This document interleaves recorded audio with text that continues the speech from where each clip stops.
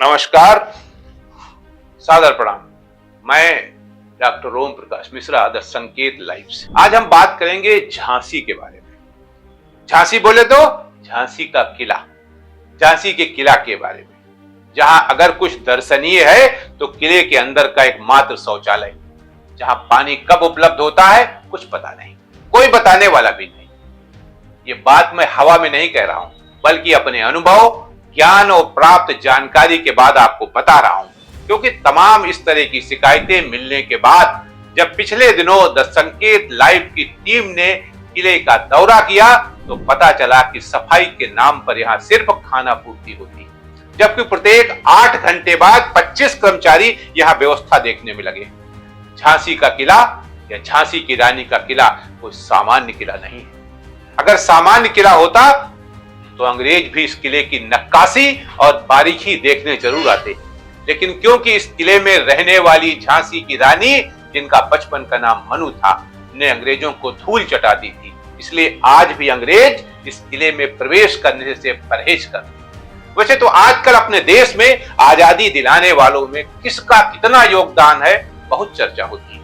अब तो गांधी से ज्यादा भक्तगण सावरकर की चर्चा करते हैं, नाथूराम गोडसे की चर्चा करते हैं और कहते हैं गांधी तो पाकिस्तान का राष्ट्रपिता था, हिंदुस्तान का नहीं। वैसे इसमें उनकी उतनी गलती नहीं है, क्योंकि अब वो इतिहास पढ़ते नहीं बल्कि मोबाइल में स्क्रॉल करते हैं और व्हाट्सएप यूनिवर्सिटी जो कंटेंट भेजती है उसी पर वो दिन रात चर्चा करते हैं, बहस करते हैं और बताते हैं कि दिल्ली में विधानसभा चुनाव के बाद सावरकर के नाम पर एक विश्वविद्यालय की स्थापना की जाए। वैसे तो गांधी ही क्या, अब तो सरकार या कहें सरकारें स्वतंत्रता संग्राम सेनानियों पर चर्चा ही नहीं करना चाहती। वो बताना ही नहीं चाहती हैं कि देश की आजादी में कितने प्रमुख लोगों की कुर्बानियां शामिल थी, किस तरह आजादी के मतवालों ने हंसते हंसते गोलियां खाई, हंसते हंसते लाठियां खाई तथा हंसते हंसते फांसी के फंदे पर झूल गए। अब तो यह पढ़ाया जा रहा है कि देश को सही मायनों में आजादी तो 2014 में तब मिली जब नरेंद्र मोदी भारत के प्रधानमंत्री बने। Blood will flow, but it should not be Hindustani blood. They knew it. And they paid a price.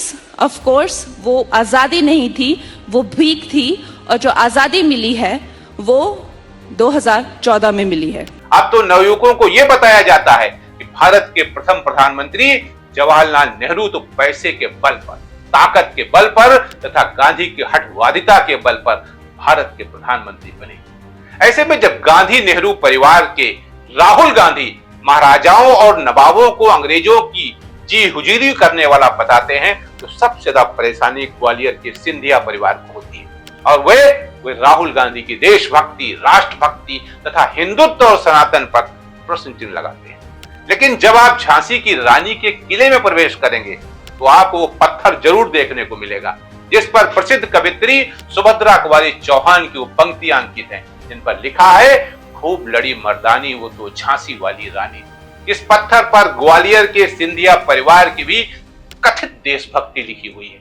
देख लीजिए और सुन भी लीजिए। खूब लड़ी मर्दानी वो तो झांसी वाली रानी थी, सिंहासन हिल उठे राजवंशों ने भ्रकुटी तानी थी, बूढ़े भारत में फिर आई नई जवानी थी, गुम हुई आजादी की कीमत सबने पहचानी थी, दूर फिरंगी को करने की सबने मन में ठानी थी, चमक उठी सन 57 की वो तलवार पुरानी थी, बुंदेलो हर बोलों के में हमने सुनी कहानी थी, खूब लड़ी मर्दानी वो तो झांसी वाली रानी। अंग्रेजों के मित्र सिंधिया ने छोड़ी राजधानी थी, बुंदेले हर बोलों के मुंह हमने सुनी कहानी थी, खूब लड़ी मर्दानी वो तो झांसी वाली रानी थी। उस कविता में कवित्री ने ग्वालियर के उस सिंधिया घराने का जिक्र किया है, जिसका प्रतिनिधित्व आज भी केंद्रीय मंत्री ज्योतिरादित्य सिंधिया कर रहे हैं।